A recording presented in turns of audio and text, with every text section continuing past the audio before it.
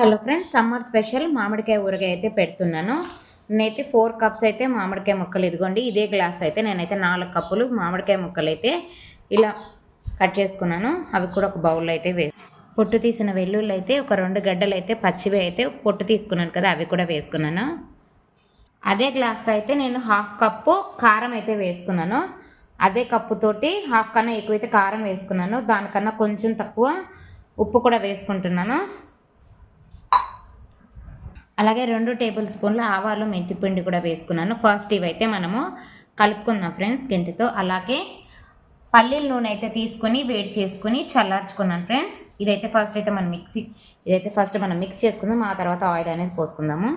Oil కూడా వేసేసుకున్నాను friends. మొత్తము మనకు మామిడికాయ ముక్కలకి ఉప్పు కారం అనేది కరెక్ట్గా అయితే వేసుకున్నాను. ఇది 3 రోజుల తర్వాత మళ్ళీ మనకు ఉప్పు కారం ఏమైనా తక్కువైతే మళ్ళీ వేసుకోవచ్చు ఫ్రెండ్స్.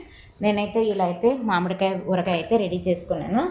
ఓకేనా, ఇప్పుడైతే ఇందులోకి అయితే నేను ట్రాన్స్ఫర్ చేసేసుకున్నాను. ప్లాస్టిక్ డబ్బాలో వేసుకొని కనీసము ఏవి తడి తెమ్మ ఏమి లేకుండా నేనైతే తుడిచేసుకున్నాను ఫ్రెండ్స్. ఈ డబ్బాలో అయితే స్టోర్ చేసుకొని ఒక క్లాత్ అయితే పెట్టుకొని ముడైతే వేసుకుంటాను. 3 డేస్ తర్వాత మనకు ఉప్పు కారం ఏమైనా తక్కువైతే, ఆయిల్ కూడా తక్కువ అనిపిస్తే మళ్ళీ వేసుకోవచ్చు 3 రోజుల తర్వాత.